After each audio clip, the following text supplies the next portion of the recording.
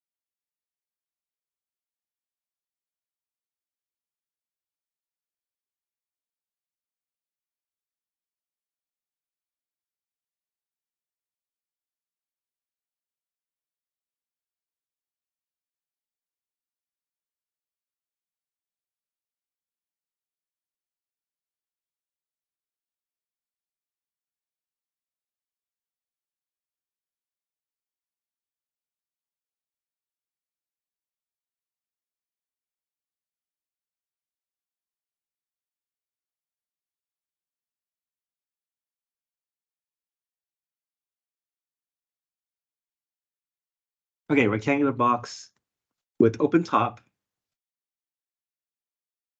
Has volume of 30 cubic meters. Box has a square base. Material for the base is $15 per square meters. Material for sides are $7 per square meters. Find cost, surface area, and dimension of cheapest container.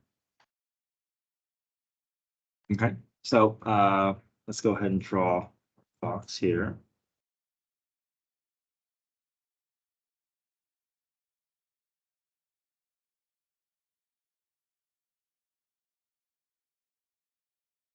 Okay, it tells us that the box has a square base. What does that mean?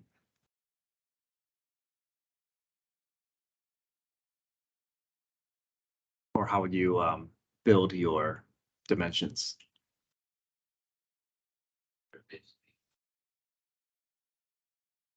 Both two sides are the same. Mhm. Both sides be the same. Okay. So how would you begin assigning with variables? Rectangle. Rectangle just means square, right? It's just not just like long rectangle, just square. Mhm. So that would. Bottom part would have to be 15, but the rest sides would be rectangle. Well, let's look at the previous problem that I did yesterday. Yesterday, I said rectangular box has a length of base that's 5 times the width. So I called one side X, I called the other side 5X. But this one has a square base. So what can I assign using variables for my base? William, any idea?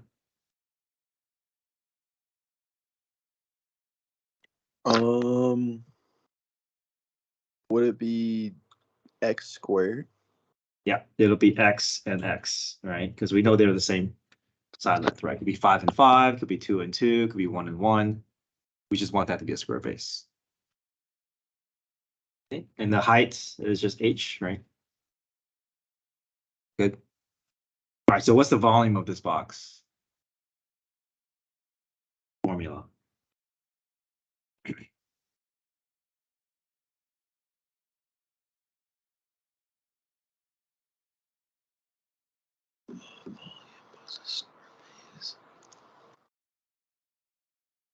Would it be x squared h? Yeah.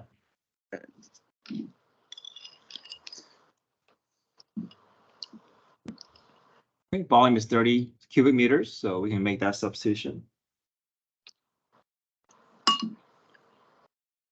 All right, eventually we have to solve for h, so.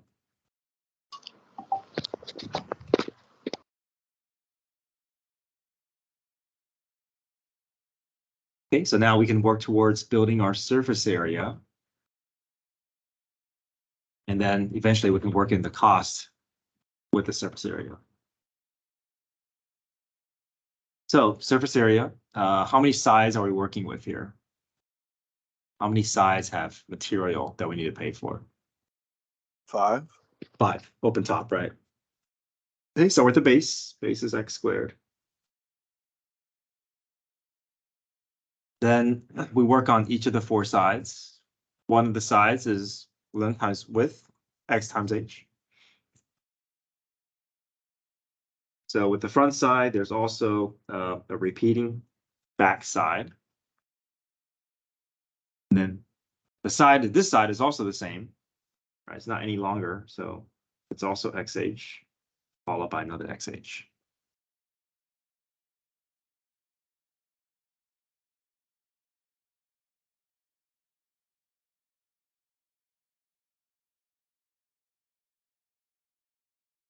Okay. So now we can work in the cost. $15 is the more expensive material is with the base, and then the cheaper material is with the sides. Okay. All right, are we good so far with those equations? Okay, so now let's update and call this the cost, because now we have an amount, a dollar amount associated with this surface area. So 15x squared plus, now this is 4xh, so 4xh times 7, right?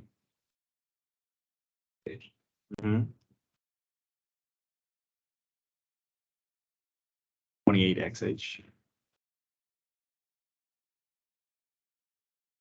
Okay, so we know we're going to find the derivative of our cost because we're trying to optimize cost. But how do we, but we're not quite ready for derivative yet, right? We have to get rid of the h, right? Or replace the h with something equivalent. So that's where this volume equation comes into play. We can make that substitution. So we can take this piece, put it in here. Right, h equals 30 over x squared. The whole point is we get our cost equation down to one variable so that we can get it cleaned up, so we can find a derivative and find our critical point.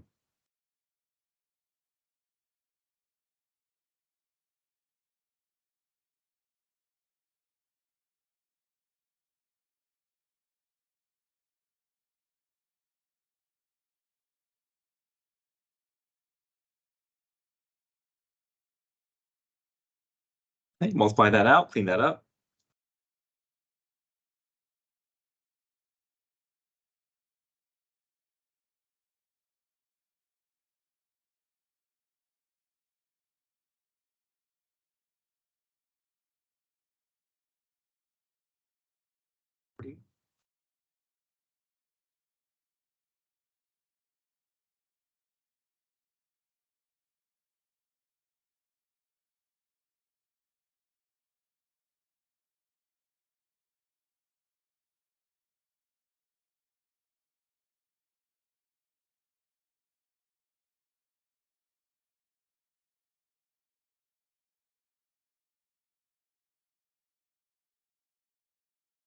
Not quite ready for power rule yet. We still have to bring that x up to the numerator.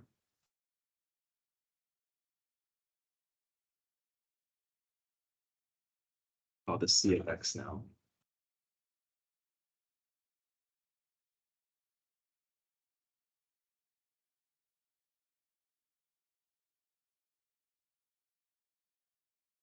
Okay, C prime.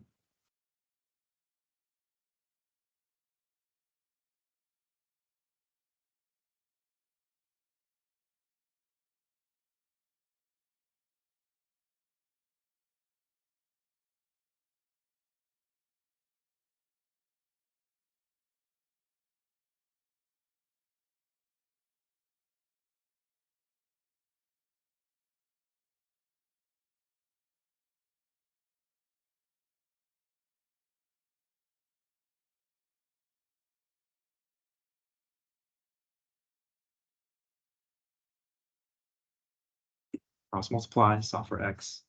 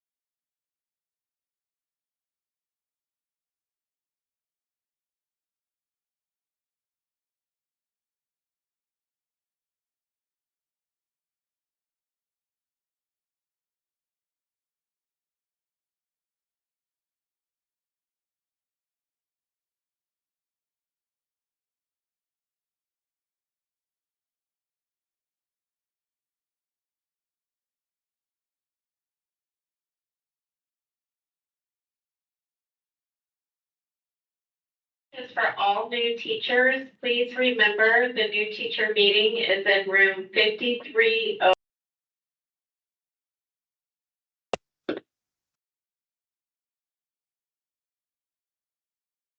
So we know x is one of the dimensions for our box. Now we're just going to plug in to get all this information that we need. We're going to find the cheapest cost. We'll find the surface area, the dimensions. So we'll solve for h. We'll plug into the cost equation. We'll plug into the surface area equation.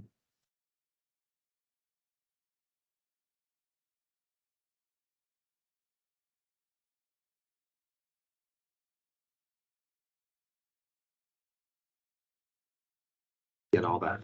But any questions up to this point? Because now it's a little bit easier because we're just plugging into our available equations. But any questions up to solving for x? Are you able to recreate your steps from scratch? That's the question.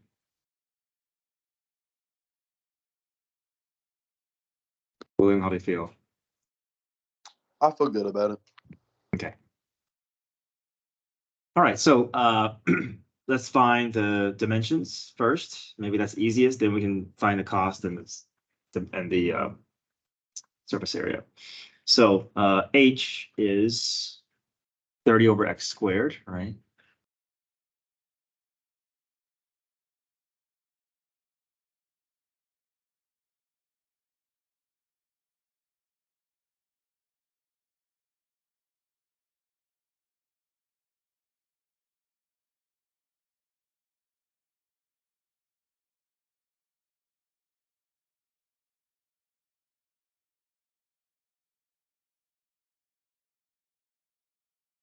Okay, so my dimensions is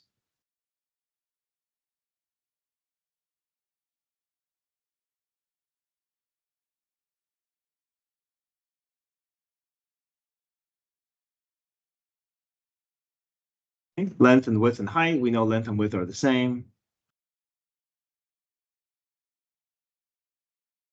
Okay, surface area. That's just x squared plus 4xh.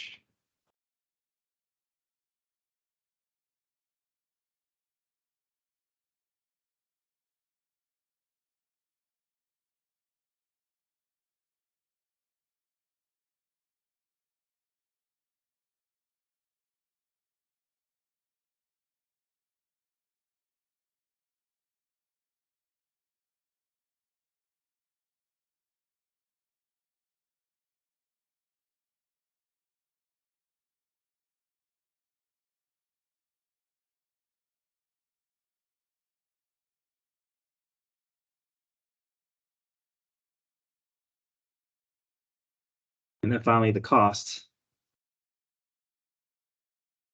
Let me find the easiest cost equation to plug into, which is this one. I'll just plug X in.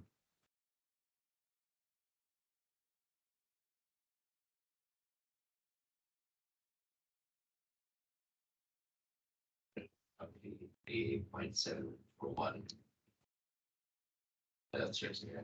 Sorry? Oh, the service here would be 48.7. Yeah, that's right. So here I have my dimensions, surface area, and then my cost.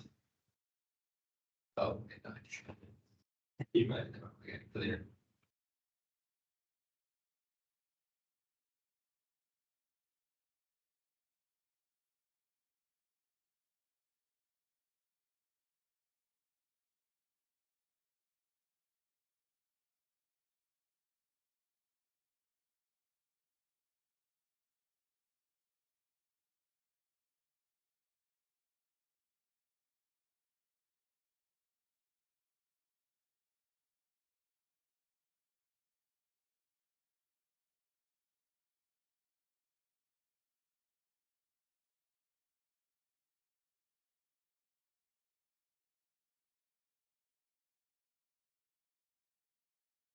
I just plugged 3.037 in for the X. That's what I got. See if you guys got that as well.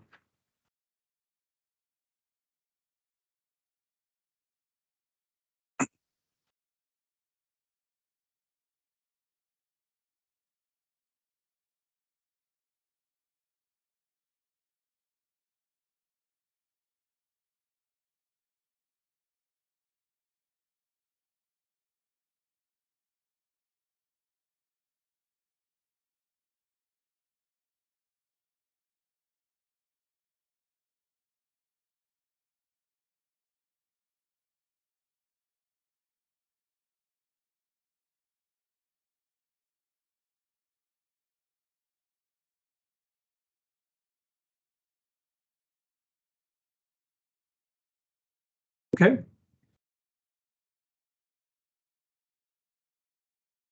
What do you guys want to see?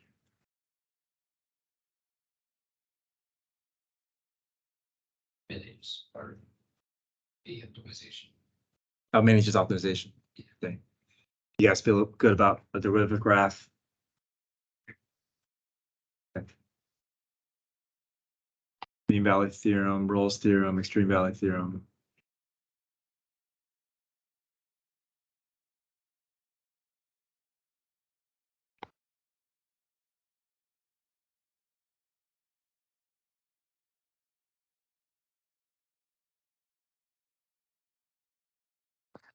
So will this look like our optimization like problem on the test? I mean, it's going to be a rectangular box. It may have different dimensions, different cost. It may be an open or closed top, but that's the only thing that could change. Okay.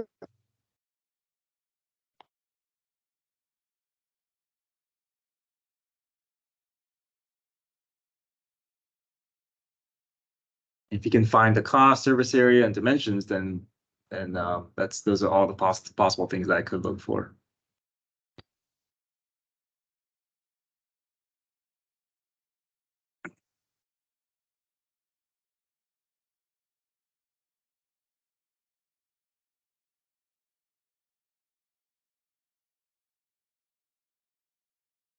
Okay. Now, let me know if there's anything else you want me to do with you guys. So like on the quiz, remember how there was like you gave us like a set of like what was it? You gave us like a set of like it was like parameters and then there was a Mhm. graph next to it and then we had to graph that. Would that Yeah. be a question that's on the test? No, but did you have a question about how to set that up? Yeah, a little bit. I kind of forgot. Okay. Um,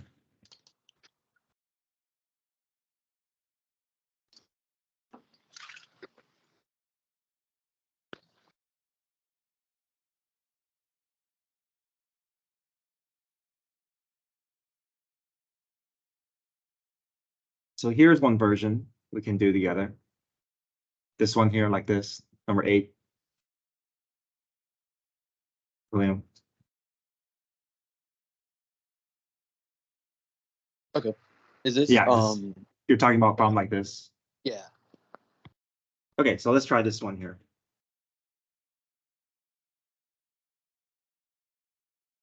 So these are order pairs, right? You can just plot all those points. Those are easy.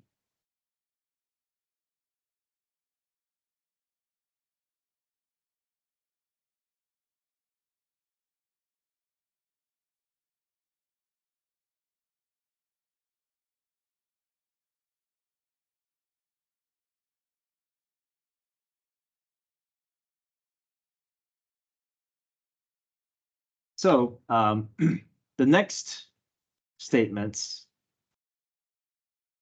this one may not be so important, but then all these are referring to your f prime sign line. So let's see if we can create our f prime sign line. It says f prime of x is greater than 0. Okay, see, f prime of x is greater than 0 if x is between -1 and 2. What does that mean? The slope is positive. Between these 2 points, right? And if they're naming these points, that means they're going to go on your sign line.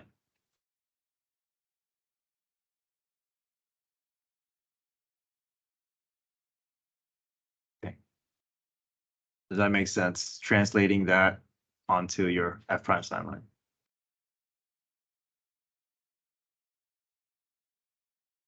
Yep.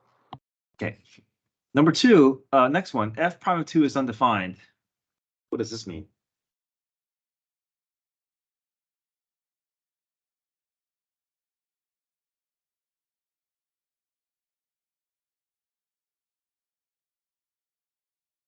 Would it be a slope 0? Well, it says slope undefined. So Oh. what does undefined slope look like? Oh, would it be leveling out? That's slope 0. Okay.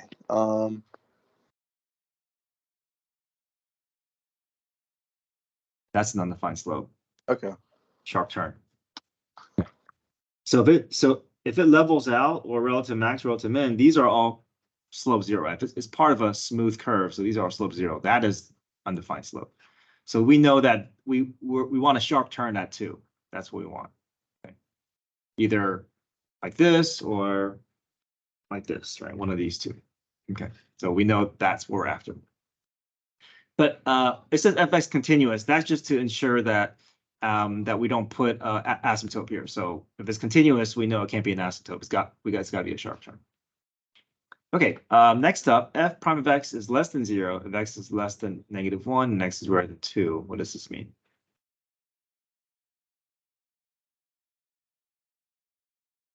It's negative slope.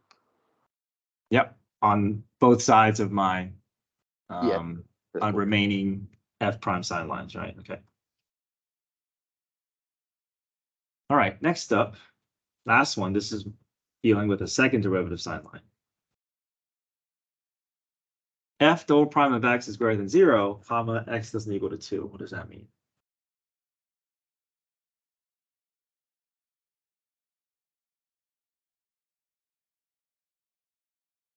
It's concave up for everywhere except for 2. Yeah, so that means 2 is going to have to show up on your sign line. Okay. Okay, good so far. Yep. So we're going to ignore this property, right? The good thing, the thing that's I want us to do is if you're ever sketching a graph, do it 2 versions of it. That way it doesn't feel like you're overwhelming yourself, right? Let's get some shape going, and then we can retrace it with the proper curvature. But this will also kind of give us a foundation so that we don't do too much with this statement, right? We know where our path is going to be. We're only going to move within our path. So we want our graph to decrease until it hits -1, and there's my relative min, right?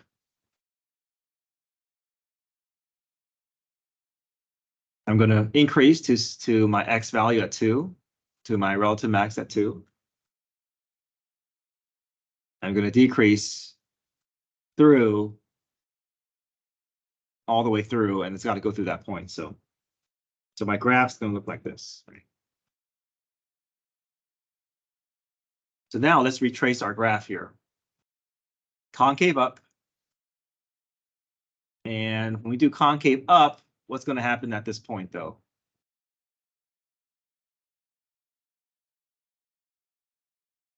We want this to be a what?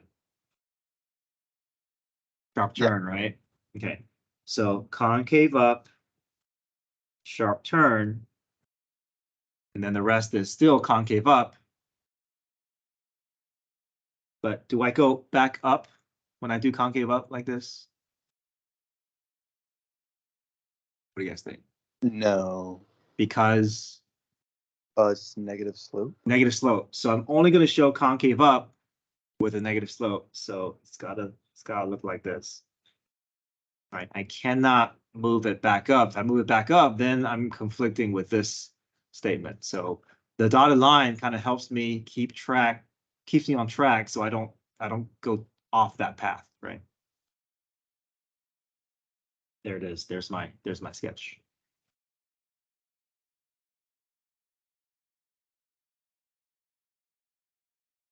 So even though you're not going to see this on the test, I think it's important where we can verbalize these abstract notations, right? If you can verbalize this, if you can visualize this, I think that's a helpful skill.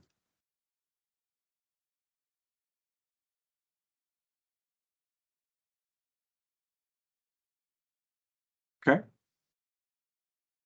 Does that help? Yeah, definitely. Thank you.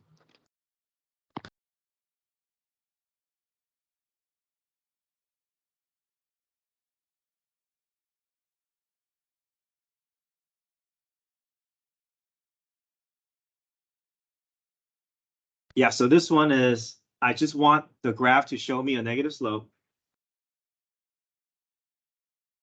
But then it's got to be part of a concave up. So the graph may look like this. But if I want to just narrow it down to where's it showing me negative slope and concave up, it's only going to be this portion right here, right?